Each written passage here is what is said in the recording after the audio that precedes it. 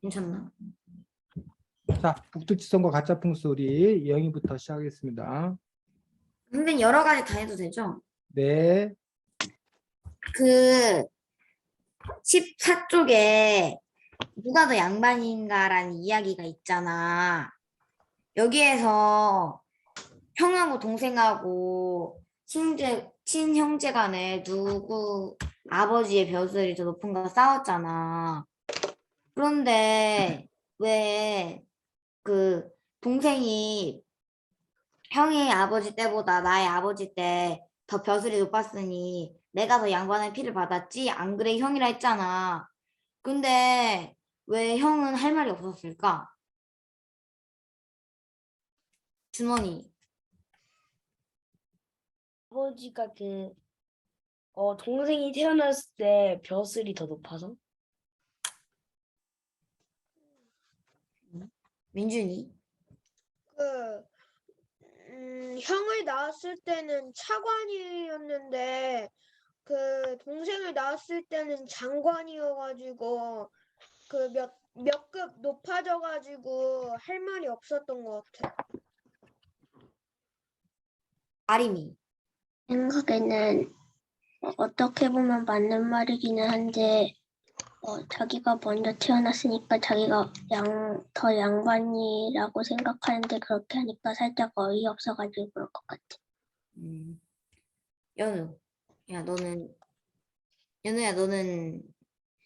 내 생각에도 그건 또 맞는 말인데 할 말은 또 없어가고 그랬던 것 같아. 내 생각에는 동생이 나의 아버지 때 벼슬이 더 높았으니까 더 양반의 피를 물려받았다고 생각을 해가지고 그런 뭔가 근데 그러니까 뭔가 좀 형이 어이가 없어가지고 할 말이 없었던 게 아닐까?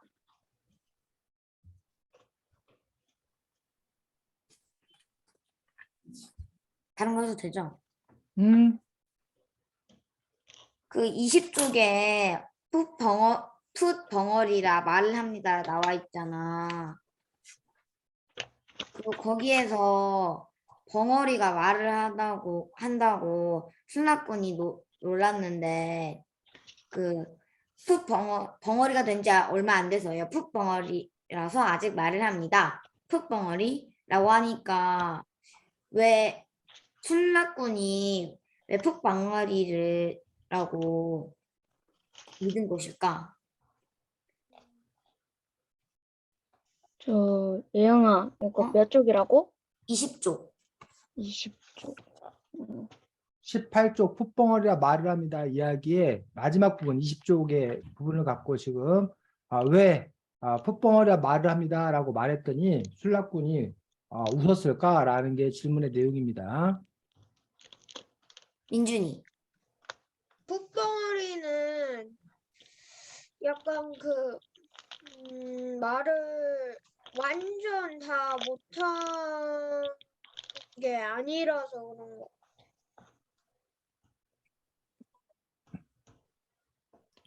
아림이. 생각에는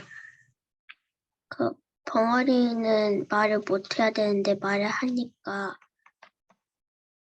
살짝 이상해가지고 그런 것 같아. 승원이. 나도 벙어리는 말 잘 하지 못하는데 말을 하긴 해서 그런 것 같아.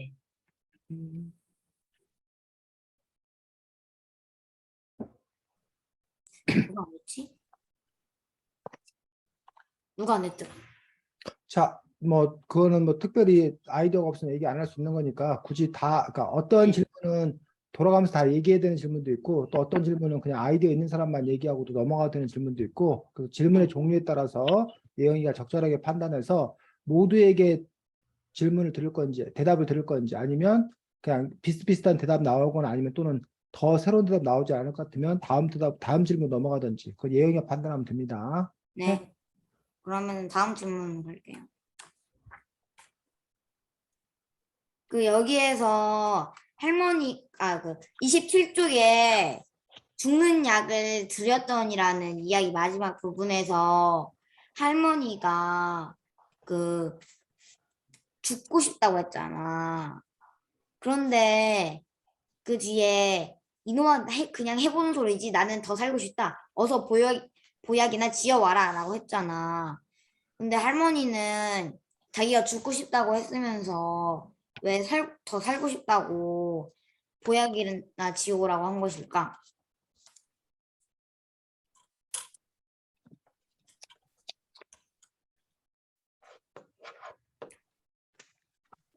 얘들아 잘 모르겠어? 민준이.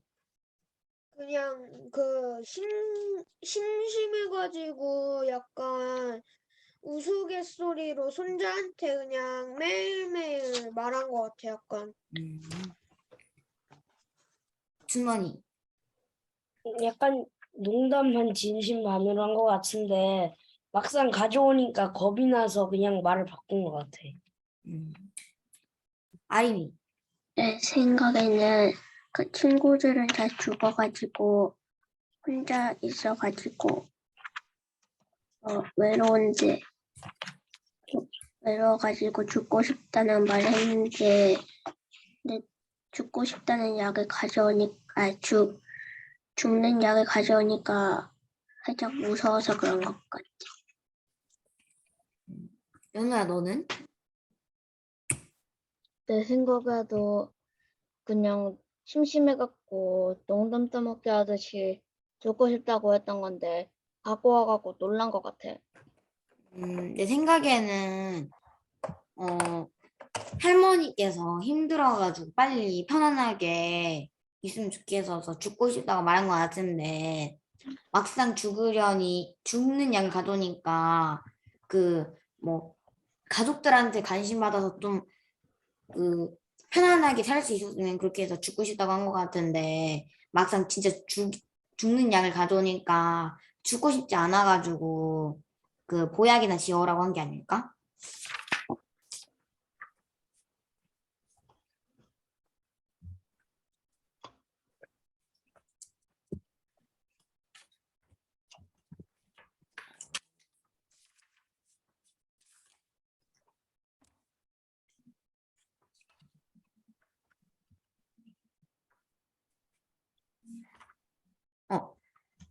그 63쪽에 떡맥고기라는 이야기 있잖아.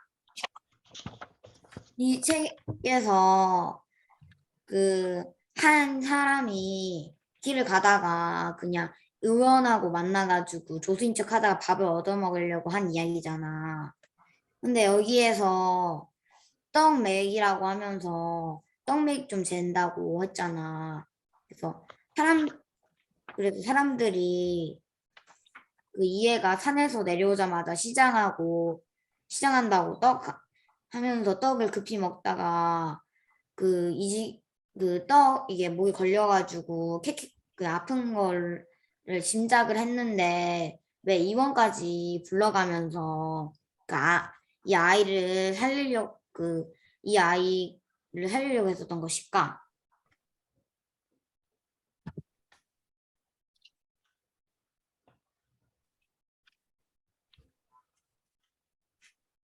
민준이. 어렵게 난 아이고 그리고 그 소중했기 때문에 아이가 그래가지고 어떻게든 살리려고 했던 것 같아.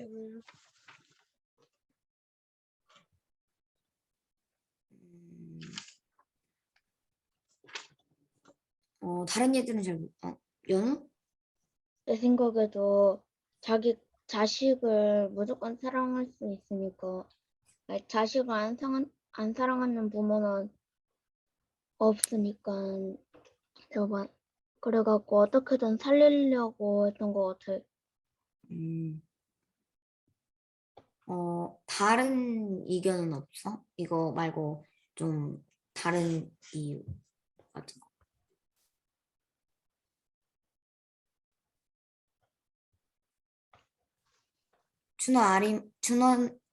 아리마. 너네들은 이거 말고 다른 이유는 없어? 대답할. 의견은 민준이 의견도 비슷해서. 아리마 나는 너는? 잘 모르겠어. 음, 내 생각에는 그 짐작이니까 아이가 떡을 먹다가 아니라 그냥 다른 아픈 병이 나서 그런 걸 수도 있으니까 그래가지고 의원들을 불러가지고 아이 좀 고쳐달라고 한 게 아닐까? 선생님 끝났어요. 네, 수고했습니다. 자, 예영이가 얘기한 것들을 중심으로 해서 우선 잠깐 선생님하고 함께 알아보고 나서 그 다음 싸움 또 진행하도록 하겠습니다. 자, 예영이가 지금 마지막에 얘기했던 떡맥 보기라는 이야기인데, 요 이야기가 재밌는 이유가 뭘까? 좀 어이없는 이야기여서 어떤 점이 어이가 없어? 그 여기에서 그냥 한 사람이 길 가다가 배고파가지고 의원을 만나가지고 조수인축 따라가서 밥을 얻어먹으려고 했는데 아이가 자기 자신처럼 옛날에 떡이 목에 걸려가지고 그 목이 막힌 거하고 비슷해가지고 입원인 척 가가지고 이제 아이한테 그 자기 그 발가락에 있는 때를 먹였는데 그러니까 얘가 일어나가지고 그래가지고 좀 어이없는 그런 일인 것 같아요. 그렇지. 요 이야기는 그 어이없음에 그 이 사람, 좋게 얘기하면 재치, 나쁘게 얘기하면 이거 사기꾼이야, 사기꾼. 완전 돌팔이 사기꾼인데 우연히 뭐 한 거야? 맞아 떨어져 가지고 이 아이를 고쳤으니 망정이지. 안 그랬으면 아주 뭐야 이거 큰일 날 어떤 그런 일인 거지. 자기가 제대로 알지도 못하면서 했기 때문에 그런데 이제 이 사람이 어쨌든 간에 이 책에서는 마치 꾀가 있는 사람, 지혜로운 사람 이런 식으로 이렇게 나오고 있는데 오늘날 어떤 그런 기준에 따르면 이건 아주 뭐해? 위험한 행동인 것으로 우리가 또 이렇게 비판적으로 바라볼 수도 있다라고 생각합니다. 자, 69쪽에 보면 근데 이 사람이 한 좋은 말, 이건 우리가 좀 이렇게 마음속에 새겨야 될 어떤 그런 말이고 사실은 옛날 사람들이 이런 생각을 했다라는 걸 엿볼 수 있는 것들이 있거든. 뭐가 있을까? 69쪽에. 병이 나서 치료하는 의원보다 병이 나지 않도록 평소에 가르치는 의원이 훌륭한 법. 다들 조심하시오. 그렇지.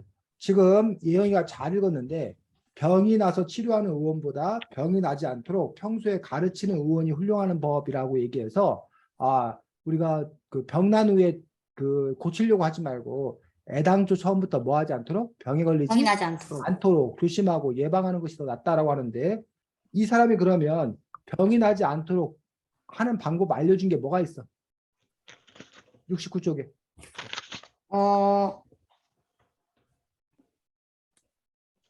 그 떡을 먹으려면 먼저 심호흡을 하고 공기문을 여는데 이것은 몰래 먹지 않는다는 떳떳함이고 다음에 물을 한 모금 마셔서 문을 여는데 이때 김칫국이면 더욱 좋고 다음에 떡을 조금 떼어서 조상님과 하늘과 땅 떡 만든 사람에게 감사하는 문을 연 후에 조금씩 꼭꼭 씹어 먹으면 떡 문이 저절로 열려 병이 걸리지 않을 것이요. 알겠소, 여러분?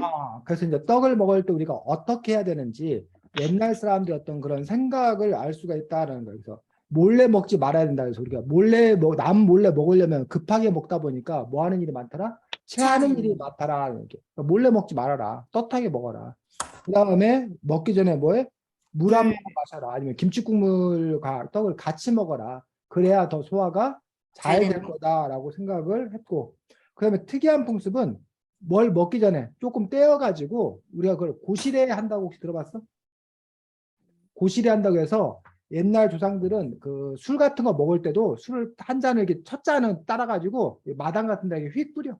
그리고 고시래 이렇게 하면서 농산일을 하다가 그 새참이라고 밥을 먹는 경우가 있어. 그때도 밥 같은 거를 한 숟가락 같은 거 이렇게 휙 밖에 던지면서 고시래 해가지고 이 땅의 신에게 뭐 하는 거? 조상신에게 감사의 어떤 그런 의미로서 약간씩의 그 음식을 내는 것들, 이렇게 고시래라는 어떤 그런 풍습들, 그런 풍습이 여전히 이 이야기에는 나와 있는 것들을 볼 수가 있습니다. 그 다음에 어떤 조금씩 천천히 먹어야 된다라고 해서 옛날 사람들이 이렇게 떡이나 이런 걸 먹다가 체하는 일이 종종 있었고 그런 것들에 대해서 이야기하고 있는 것들을 볼 수가 있습니다.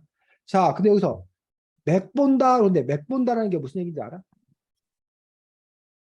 그 여기 손등에 약간- 있는데 거기 재가지고 그렇지. 여러분들 한의원 같은 데 가면 여기 진맥 본다고 해서 이런 데 이게 이걸 하면은 우리가 이게 맥박이 뛰는 걸 보면은 그 사람의 건강 상태를 알 수 있다고 생각하는 거야. 한의원의 전통적으로. 우리가 맥 뭐 이런 데나 이렇게 이런 데나 해서 맥이 뛰는 데를 이렇게 잡아보면 그 한의사들은 그 공부를 많이 해가지고 그 사람의 어떤 증상에 따라서 맥이 뛰는 게 좀 다르다는 걸 안대. 그래갖고 이제 그 맥 뛰는 거만 보면 이 사람이 지금 현재 몸이 어디가 안 좋은지.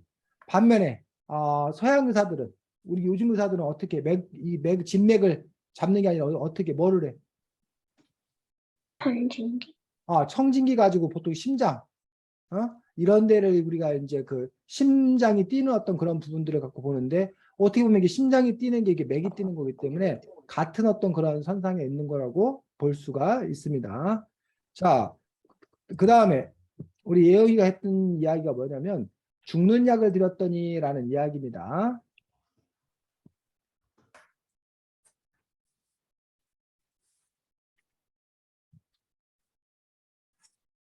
자, 죽는 약을 드렸더니라는 이야기에서 결국 이 이야기를 통해서 옛날 사람들이 하고자 하는 말은 뭘까?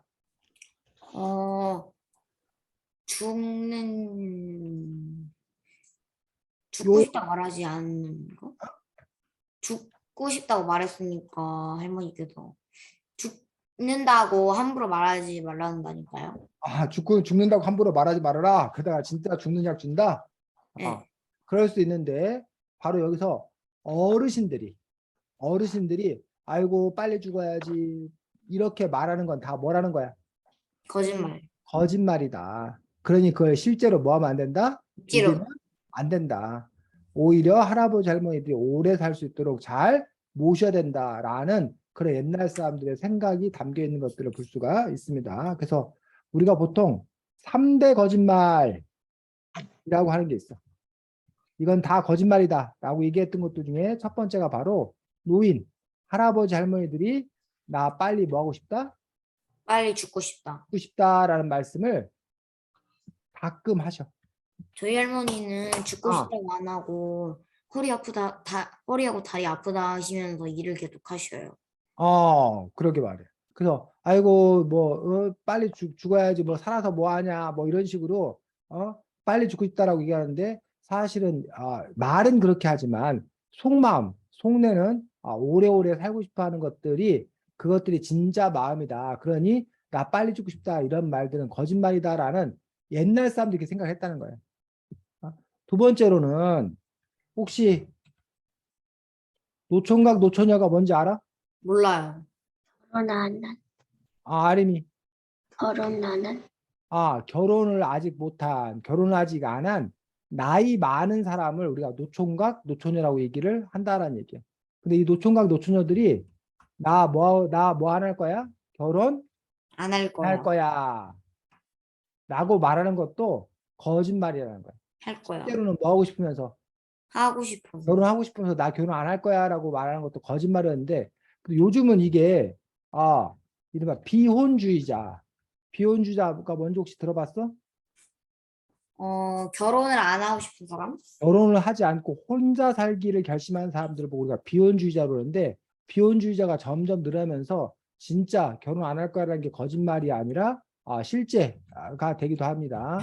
그다음에 장사하시는 분들이 믿지고 파는 겁니다. 손해보고 팝니다. 라고 하는 것들도 뭐라는 거야? 거짓말이다라고 거짓말. 얘기했어. 그러니까 뭐 그 어떤 사람이 뭐 스마트폰 판매하면서 이렇게까지 깎아주면 내가 남는 거 하나도 없다고 나 이러면 손해보고 파는 거라고 그러면서 그 물건을 뭐 하는 경우가 있어? 파는 경우가 있어.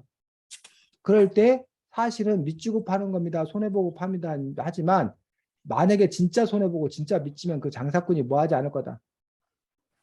팔지 않을 거다. 팔지 않을 거다. 근데 파는 거 보면 믿지는 거나 손해보는 것은 아니다. 그래서 그것도 뭐다? 거짓말이다라고 옛날 사람들은 그렇게 생각을 했다는 거예요. 아림이 아림이 안경을 쓰게 되었는데 안경 가게에서도 아마 뭐 사장님 좀 깎아주세요 했더니 그러면서 남는 거 하나도 없습니다. 아유, 근데 아림 씨가 하도 예쁘고 착하고 하니까 제가 이거 10,000원 더 깎아드리겠습니다. 아, 나 이거 이러면 손해보는데. 아유, 기분입니다. 그냥 할 겁니다.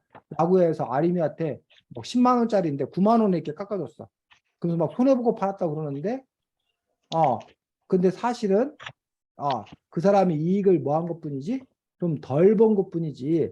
그렇게 손해보고 팔진 않았다. 이거 거짓말이다라고 옛날 사람들은 그렇게 생각했다는 것들을 볼 수가 있습니다.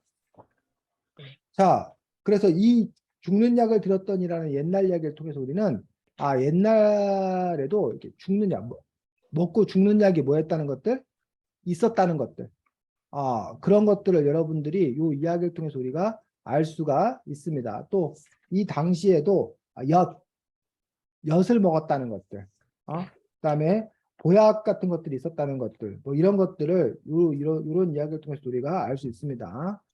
자, 그 다음에 여러분들이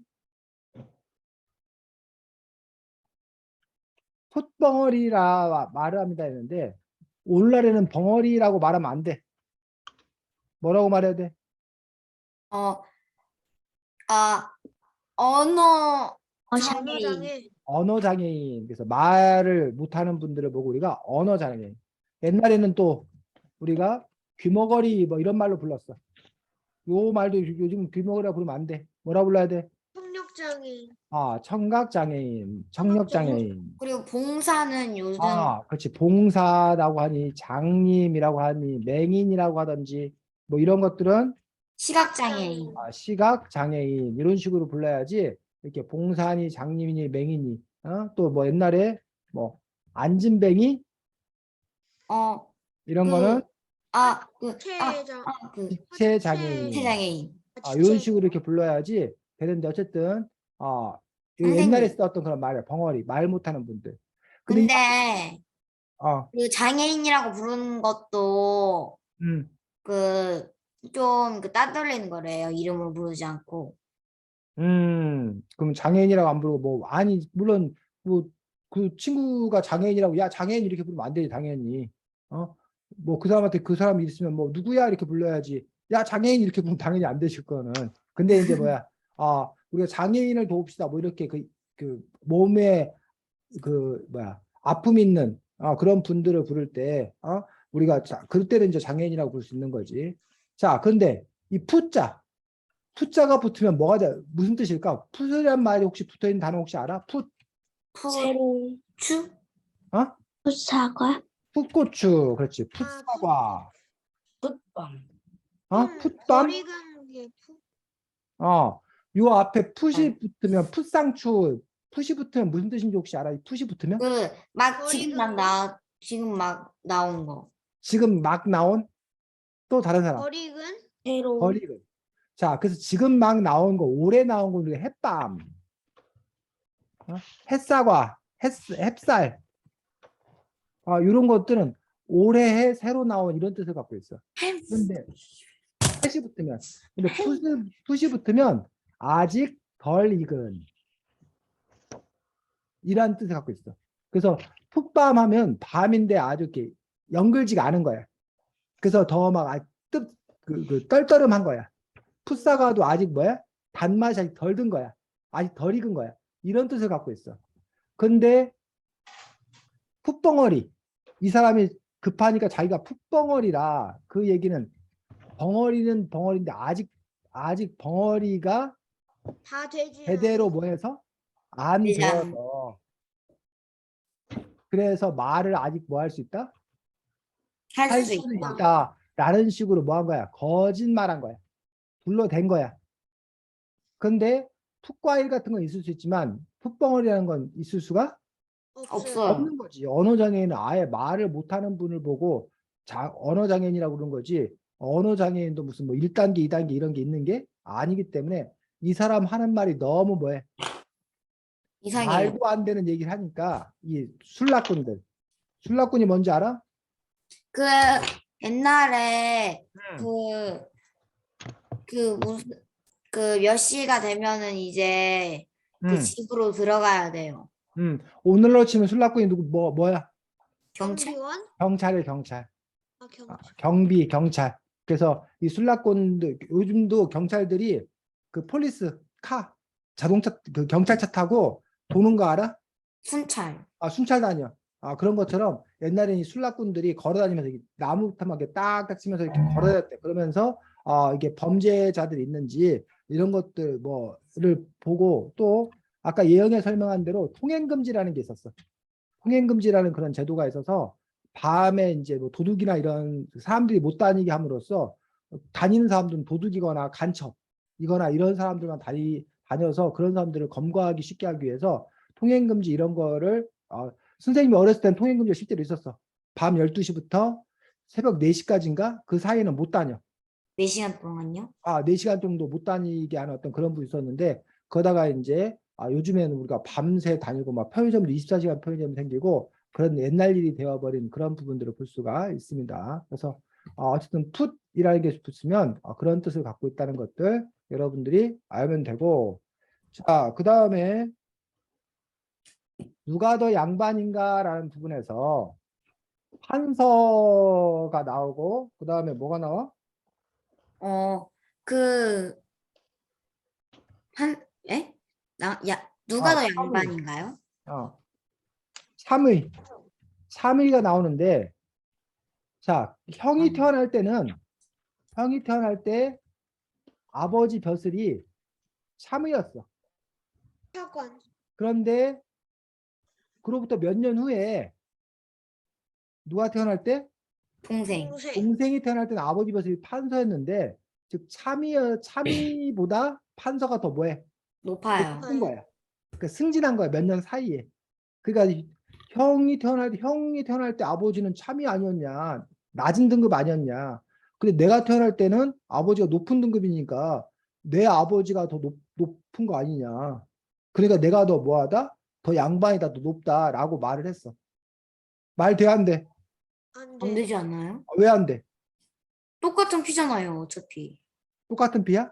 근데 이 동생은 형이 태어날 때의 피는 참의 피 아니냐, 낮은 등급 피 아니냐, 내가 태어날 때 피는 판서 높은 등급 피 아니냐, 그러니까 내가 더 높지라고 얘기한 거지. 어이가 없네. 자, 그래서 아버지 벼슬인데, 근데 이제 문제는 동생이 태어날 때 아버지 벼슬이었는데, 동생이 태어날 때도 이 아버지는 누구의 아버지이기도 하다는 거야. 그, 동생의 형이야. 아버지보다는 형의 아버지이기도 하지. 이해가 무슨 말인지? 네. 그러니까 동생 말의 문제점은 동생이 태어날 때 아버지가 이 동생만의 아버지면 이게 맞는 말 될 수도 있어. 예를 들면 뭐 민준이 아버지는 판서인데 뭐 준원이 아버지는 참이다. 그러면 민준이가 우리 아버지가 너네 아버지보다 더 높으니까 내가 더 양반이지 이렇게 얘기할 수 있잖아. 이해가 무슨 말인지? 네. 그런데 이 동생이 태어날 때 아버지는 동생의 아버지이기도 하지만 동시에 누구의 아버지이기도 하다는 거야. 형의 아버지. 여전히 형의 아버지도 하기 때문에 과연 이 동생의 말이 맞냐라는 거지. 그래서 어쨌든 근데 그래서 이렇게 동생이 이런 이야기 하는 것도 역시 뭐해서 어처구니가 없어서 겉으로 보면 말이 되는 것처럼 보이지만 하지만 실제로는 말이 안 되는 이런 억지 그 억지 자체가 뭐하기 때문에 우습기 때문에 그래서 이 사람들이 아이고 그 동생 하는 거 봐 말하는 거 봐 그거 좀 황당하지 않아? 이러면서 이게 우스개 얘기가 될 수 있던 것들을 볼 수 있습니다. 그래서 참의는 오늘날로 치면 차관이라고 그러고 판서는 오늘날 치면 뭐 상관. 장관이라고 얘기하는데 차관이 장관이니 요거는 공무원들의 어떤 그런 급수 직급을 말하는데 대통령 밑에 총리가 있고 총리 밑에 각 부 장관이 있어. 그래서 사실 장관하면 우리나라에서 아주 뭐한 거야? 높아요. 높아요. 높은 직급. 그래서 잠깐 그냥 여러분들이 그걸 참고로 알아두면 차관과 장관 차관이 제일 높은 그런 공무원인데 이 장관과 차관은 대통령이 임명해. 그다음 대통령이 야 너 장관 그만둬. 차관 너 그만둬. 그럼 언제든지 잘릴 수 있어. 장관과 차관은. 근데 이제 장관과 차관 밑에 이제 제일 높은 거는 실장이라는 직업이야. 이 사람은 1급이야, 1급. 1급인데 이 사람은 공무원은 우리가 급수가 9급부터 시작해서 1급까지 있는데 이 사람들은 그 승진해서 또는 처음부터 시험 봐서 이렇게 올라온 사람이기 때문에 이 사람들은 뭐야? 대통령이 바뀌더라도 대통령이 마음대로 자를 수 없어. 이 사람들은 안 바뀌어. 자기가 뭐 하지 않는 한, 잘못을 저질러서 징계받지 않는 한, 자기가 스스로 사표 내지 않는 한, 나이가 60 몇 세가 돼가지고 정년하지 않는 한 이 사람들은 바뀌지 않아. 그래서 차관과 장관은 임명직, 대통령이 임명한 거야. 근데 실장은 임명직이 아니라 그냥 처음부터 이렇게 뭐야 공무원 시험 봐갖고 들어온 그런 분들이고, 실장 밑에 이제 누가 있냐면 국장이 있어. 국장. 국장은 급수는 2급. 그래서 이사관이라고 부르거나 3급은 부이사관이라고 부른다는 거야, 요즘에. 그다음에 국장 밑에는 과장이라는 직책이 있어. 과장은 4급 서기관이라 불러. 또는 5급은 사무관이라 불러. 이렇게 이름이 부르는 게 4급은 서기관, 5급은 사무관 이런 식으로 부르고, 그 밑에 이제 뭐 6급 공무원, 7급 공무원 뭐 이런데 그 공무원 부르는 이름들이 무슨 뭐 주사하다, 뭐 주사보다 뭐 이런 식으로 그런 그 직급 부르는 게 있어. 근데 이게 공무원 직급하고 또 회사에서 또 부르는 이름은 조금씩 뭐해? 달라. 회사에서는 뭐 들어가면 사원, 그다음에 좀 올라가면 대리, 그다음에 좀 더 올라가면 뭐 과장, 그다음에 또 올라가면 부장, 또 올라가면 뭐 실장, 그다음에 또 올라가면 뭐 이사, 뭐 이런 식으로 이렇게 직급이 이렇게 있는 것들처럼 여기도 그런 직급에 대해서 이야기하고 있는 것들을 볼 수가 있습니다. 자, 예영이가 말했던 것들 우리가 이야기한 김에 이런 부분들을 함께 또 살펴보았습니다. 자, 다음 아림이었나? 네, 하겠습니다. 책 37쪽에 아들이 남산에 불이 났으면 좋겠다고 했는데 그 아버지가 웃었는데 너희들이라면은 그 아버지가 칭찬을 했는데 너희들이라면은 칭찬을 할 거니? 예영이? 나라면 칭찬은 안 할 것 같아. 왜냐하면 남산에 불이 나면은 굉장하기는 한데, 그래도 남산에 불이 나면은 이게 사람들도 피해를 많이 보니까 그 나무꾼들 같은 사람들이, 그러면은 그 집 짓는 사람들도 좀 피해를 보게 되고, 또 그러면은 뭐 집에서 사는 사람들도 또 피해를 보니까, 그래가지고 남산에 불이 나는 거를 칭찬하는 것보다는 나무르는 게 더 나을 것 같아. 민준이? 나도 칭찬은 안 할 것 같아. 왜냐하면 호랑이들도 그 소중한 생명이고, 그리고 남산을 불태우면 약간 피해가 많이 발생하기 때문에 나는 그렇게 칭찬하진 않을 것 같아. 준환이? 나도 나무를 것 같아. 왜냐면은 호랑이를 없애려고 한 건데 오히려 호랑이 잡아서 사람 살리다가 오히려 불 때문에 죽는 사람이 더 많아질 것 같아서. 연우는? 나도 않을 것 같아. 왜냐하면 남산에 불이 나면 연기도 많이 나고 그게 다른 곳으로 번질 수도 있으니까 설령 호랑이가 내려온다 해도 사람들을 해치기도 할 수 있어서 안 돼. 그래서 안 할 것 같아. 나도 너희들처럼 칭찬을 안 할 것 같지.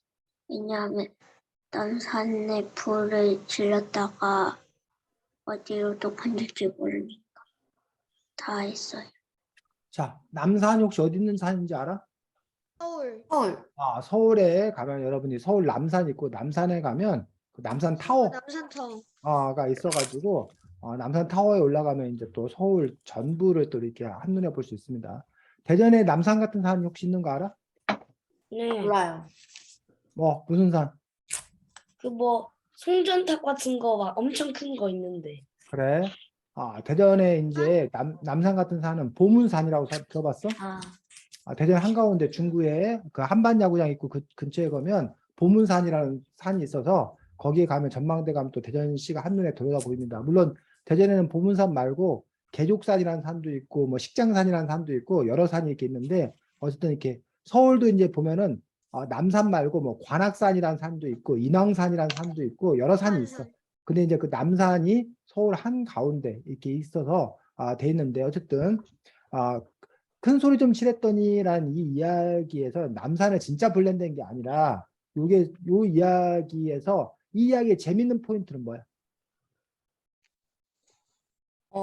이야기가 왜 재밌는 거야? 여기에서 마지막에 음, 그 호랑이의 꼬리를 가지고서는 음, 아버지한테 그 송곳집과 바늘 넣어둘 바늘집을 만든다고 해가지고 음, 아버지께서 음. 실망하셨어요.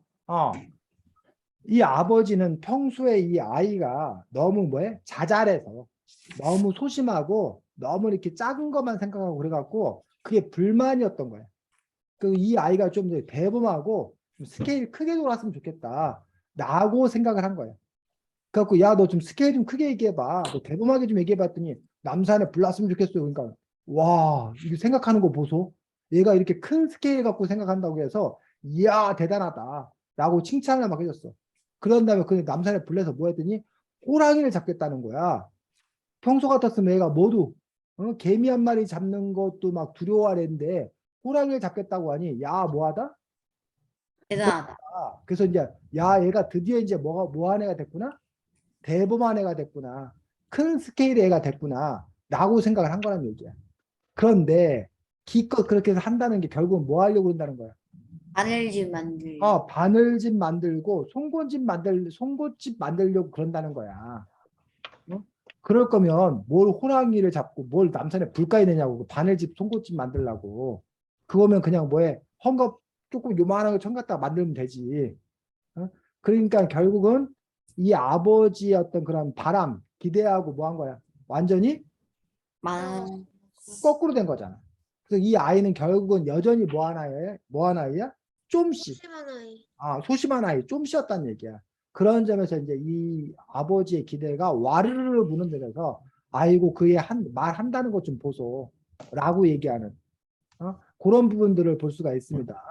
자, 근데 이 이야기 큰소리 좀 칠했던 이 이야기의 문제는 아까 여러분이 말했듯이 아무리 그래도 그렇지 남산에 불을 낸다고 그러다가 사람들 피해보는 건 생각도 안 해. 이런 얘기는 아무리 거짓말이라도 하면 안 되는 얘기지 라고 우리가 비판적으로 바라볼 수 있는데 그건 말고도 오늘날의 관점에서 보면 우리가 이 이야기를 우리가 또 비판할 수 있는 부분이 있는데 어떤 부분을 비판할 수 있을까? 오늘날의 관점에서 민준이 호랑이가 멸종위기 동물인데 그렇게 잡는다는 게 약간 그렇지. 맞습니다. 민준이가 말한 것처럼 호랑이를 보호해야 되는데 호랑이를 잡는다는 생각하는 것 자체가 문제다. 그 점을 또 비판할 수 있습니다. 근데 또 그 얘기를 또 뒤집어 생각하면 그 당시에는 이렇게 서울 남산에도 호랑이가 살고 있다고 사람들이 생각하는 거지. 그렇게 호랑이가 우리나라 하나에 여러 곳에 살고 있다고 생각하는 거야. 또 그거 말고 또 문제점 혹시 아림이, 예영이 이거 보면서 좀 이게 기분 나쁜 거 없었어? 여기에서 그 호랑이가 요즘 그 새끼를 낳는 것도 어려운데 그 한 마리라도 남겨야 될 것 같은데. 호랑이 얘기는 조그맣게 했고 자 여기 보면 이렇게 나왔습니다. 사나이 대장부라는 것이 큰 소리도 좀 치고 마음도 넓게 써야 하느니라. 요 말이 오늘날에는 이 말이 문제가 될 수 있습니다. 왜 이 말이 문제가 될 수 있을까? 양성평등 때문에. 양성평등이기 때문에 뭐 남자라고 사나이라고 뭐 마음이 크고 여자는 그럼 속이 좁고 뭐 이런 식으로는 과거 옛날 사람들 그렇게 생각했어. 사내 자식이 째째하게 사내 자식 이러면서 이제 남자다움 여자다움을 이렇게 성 구별을 해서 강요했는데 그 부분에 대해서 요즘 사람들은 그렇게 이것들 사내라고 무조건 뭐 해야 된다. 이거는 성차별적인 부분들이 있다. 그래서 그냥 사람이라면 뭐 이런 식으로 얘기해야지 사나이 대장부라면 이런 식으로 표현하는 거는 옳지 않다라고 또 오늘날은 주장하고 있는 것들을 볼 수가 있습니다. 하지만 전통적으로는 남자는 통과된다라는 어떤 그런 생각을 갖고 있었다는 것들이 이 이야기를 통해서도 우리가 확인할 수 있는 그러한 부분들입니다. 됐니? 네. 그래서 여러분도 보면 여러분도 사람마다 저기가 달라. 그 대범함 정도가 달라. 그래서 예를 들면 여러분들이 나 유튜버가 될 거예요. 유튜버가 될 거예요. 그랬단 말이에요. 그 유튜버가 돼서 그러면 뭐 구독자가 몇 명이 됐으면 좋겠어? 민준이는 유튜버가 되면 구독자가 몇 명이 됐으면 좋겠어?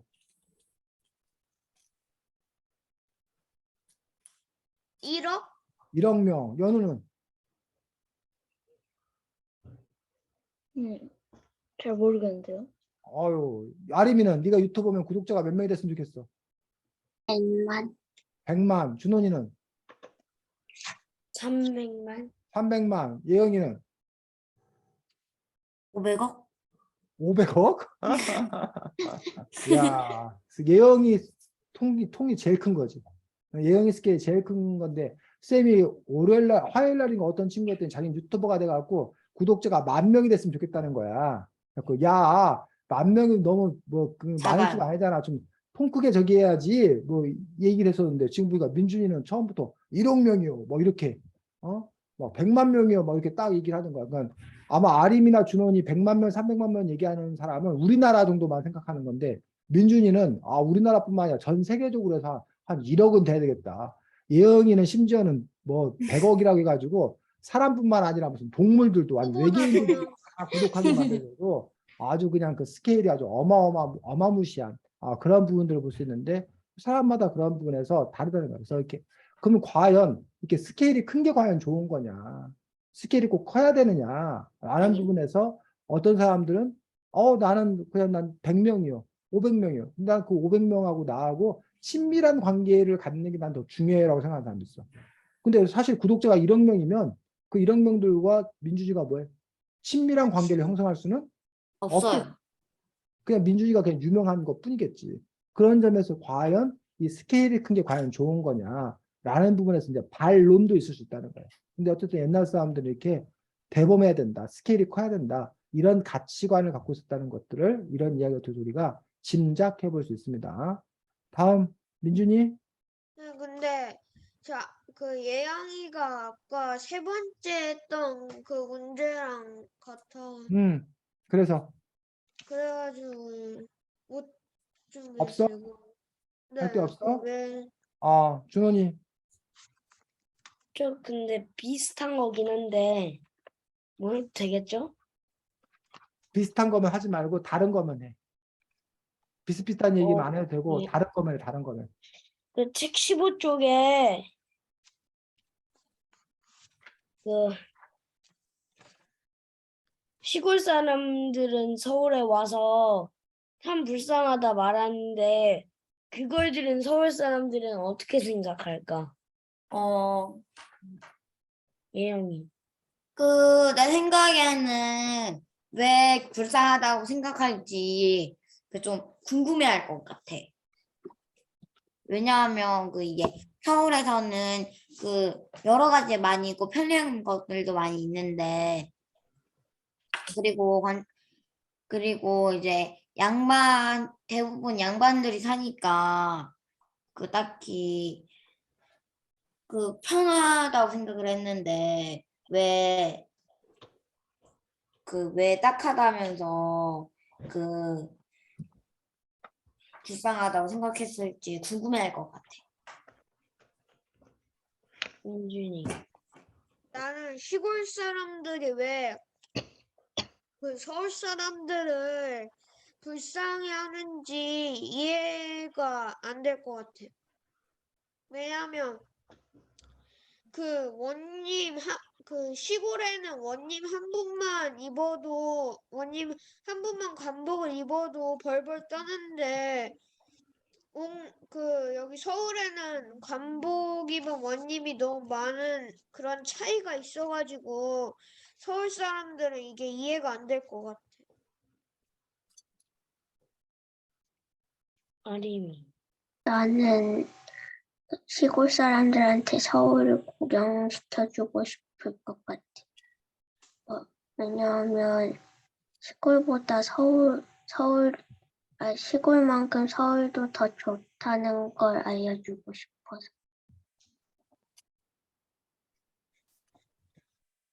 연우는? 나도 구경을 시켜주고 싶을 것 같아. 왜냐하면 시골보다 서울 같은 데는 조금 더 발전하고 시골보다 좀 더 기술 같은 게 발달하고 했으니까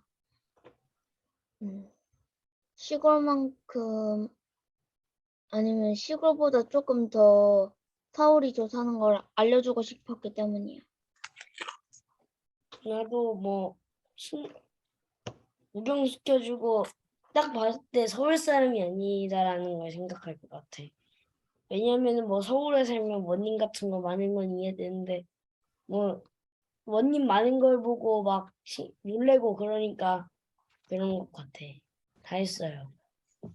자, 불쌍한 서울 사람 이야기를 갖고 이야기했습니다. 지금 여러분이 잠깐 그 얘기 했었는데 요 이야기를 통해서 이 옛날 사람들이 하고자 하는 이야기, 옛날 사람들이 생각하는 건 뭐였을까? 음, 옛날 사람들은 음, 서울이 더 편하다고 생각을 한 것 같은데 다른 그 지방 사람들은 그렇지 않다고 생각한 것 같아요. 또 다른 사람.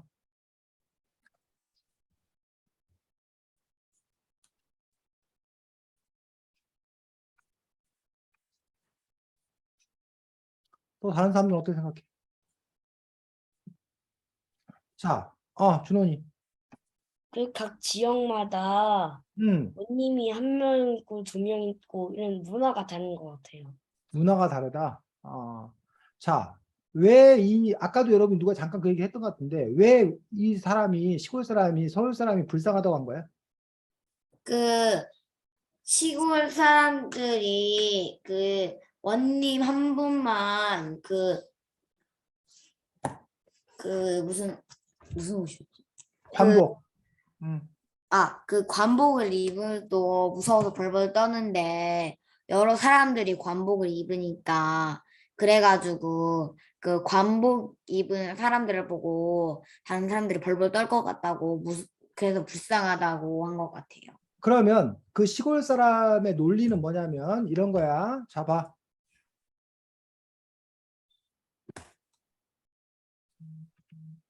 관복을 입은 원님이 뭐하다? 무섭다. 나쁘다. 무섭다. 그런데 서울에는 뭐 그런 관복 사람들이 많다. 입은 사람들이 뭐하다? 많다. 많다.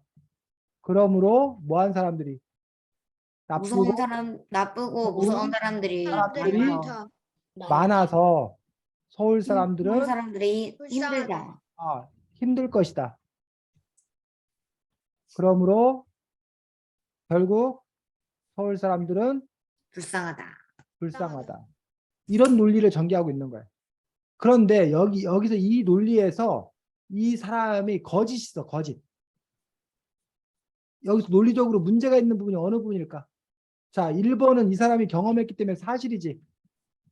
네. 2번, 3번, 4번 중에서 여기서 거짓은 뭘까? 4번. 관복을 입은 옷님이 나쁘다. 이거 1번 사실이야. 자신이 경험한 사실이야. 서울에는 관복 입는 사람이 많다. 어때? 맞아요. 이것도 사실이야. 그러므로 나쁘고 무서운 사람들이 많아 서울 사람들이 힘들 것이다. 결국 서울 거짓. 사람들이 불쌍하다. 뭐가 거짓이야? 3번이 거짓이야? 4번? 3번. 4번? 3번. 4번. 3번이 거짓이야. 왜냐하면 관복 입은 사람들이 많은데 그러면은 관복을 입지 않은 사람들은 적으니까 서울 사람들이 힘든 게 아니라 몇몇만 힘든 거지 나머지 서울 사람들은 다 편하죠. 그래서? 그래서 아니에요? 그래서 거짓이라고? 또 다른 사람은? 사람들이 많잖아요. 관복 입은 사람들이. 그럼 그만큼 여기서 문제는 관복을 입은 옷님이 나쁜 건데 이 옷님이 나쁜 거야. 원님들이 나쁘다가 이 아니니까. 사람의 고을 옷님이 나쁜 거야. 서울에 있는 이 관복을 입은 사람들이 다 뭐한 사람들은 아니라는 거야. 나쁜 사람들은 나쁜 아니에요. 다 나쁘고 무서운 사람들은 아니라는 거야. 이해가? 네. 그래서 지금 요 이야기에서 얘기하고자 하는 것들은 이 서울 사람이 불쌍하다 요 얘기를 하고 싶은 게 아니라 이 시골 온님이 그만큼 뭐 했다? 나쁘다. 나빴다. 얼마나 시골 온님들한테 뭐 했으면 고통을 당했으면 관복 입은 사람들만 보고도 이 시골 사람이 벌벌벌 떨었겠냐는 얘기야. 그래서 이 이야기에서 불쌍한 서울 사람 이야기에서 우리에게 전하려고 하는 이야기들은 서울 사람들이 불쌍하다. 뭐 그것을 얘기하고 싶은 게 아니라 그 각 지방, 각 고을의 원님들 중에 이렇게 뭐하는 원님들이 있었다? 나쁜 원님들이 나쁜 있었다. 원님. 그런 나쁜 원님들이 있는 거에 대한 어떤 그런 비판, 이런 이야기를 지금 여기서는 전하고 있는 것들을 볼 수가 있다는 거지. 지금 쌤에게 이해가? 네. 그래서 이 사람이 이른바 일반화의 오류라고 그러는데 자기가 만난 사람이 뭐 했다고 해서 나빴다고 나빴다고 해서 해서 반복 입은 사람이 모두가 다 뭐 할 것이다? 나쁠 나쁠 나쁠 것이다. 것이다 라고 일반화시킨 것이 뭐라는 거야? 문제라는 거야. 응?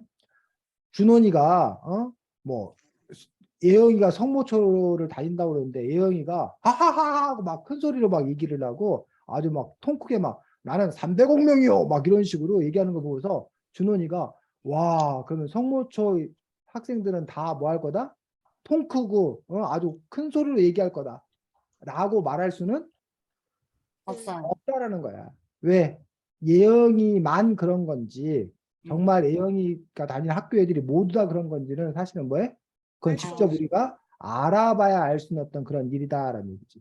그래서 한 사람을 보고서 그거를 전부가 다 그렇다고 판단하는 것들은 어려운 말이고 성급한 일반화의 오류다라는 표현을 쓰는데 우리가 이제 그러한 잘못을 하면 안 된다는 거야. 네. 근데 이제 우리는 논리적으로 자기가 뭘 한번 경험했다고 해서 그 한 번의 경험 가지고 전체를 자꾸 뭐 하려고 그러는 알려. 판단하려고 하는 어떤 그런 오류를 범하는 그런 경우가 있는데 그런 것들을 뭐 해야 된다는 거야?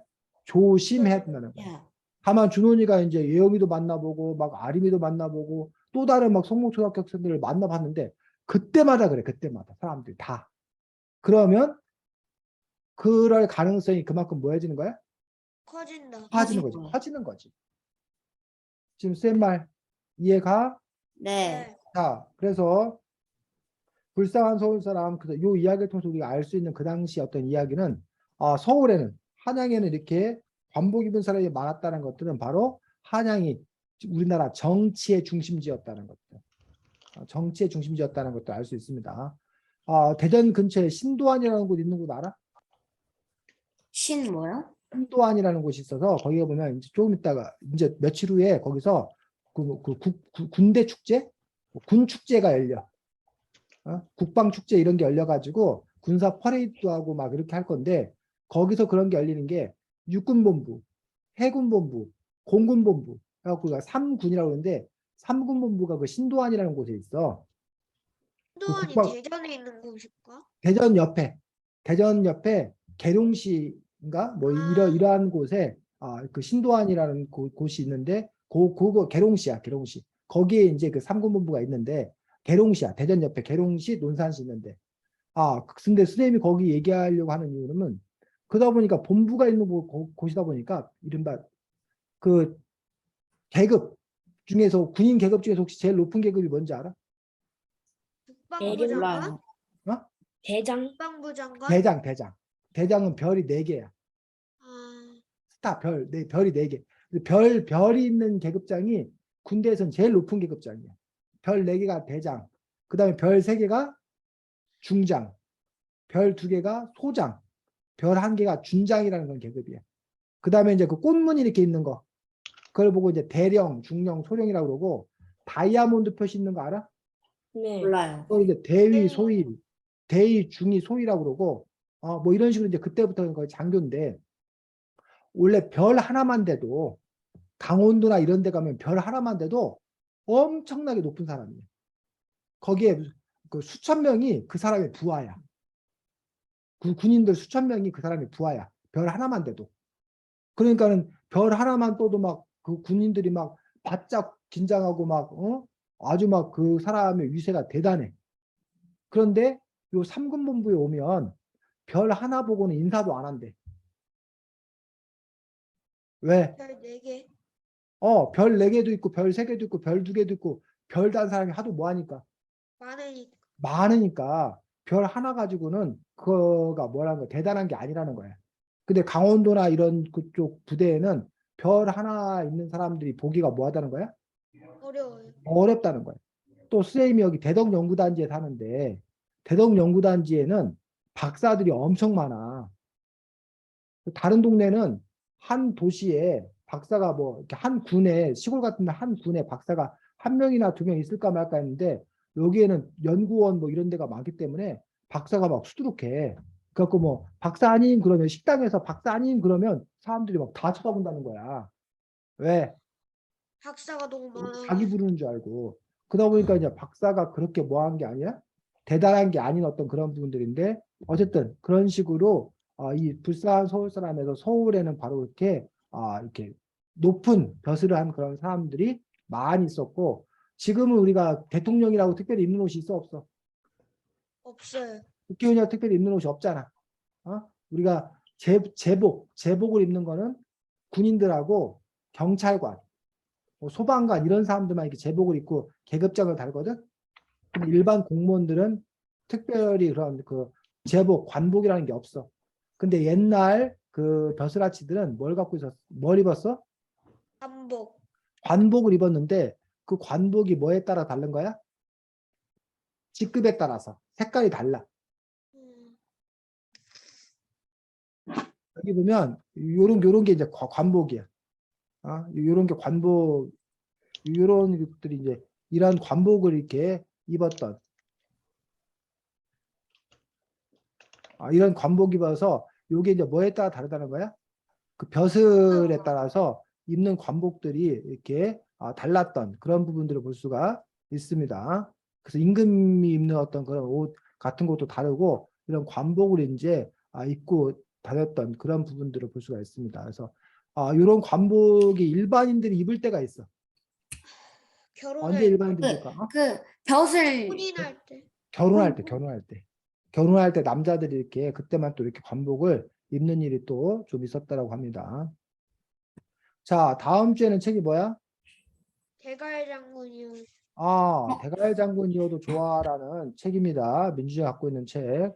저 책 갖고 할 건데 다음 주에는 진행 방식이 조금 달라집니다. 다음 주에는 작가와의 만남이라는 시간을 갖도록 하겠습니다. 선생님 거잖아요.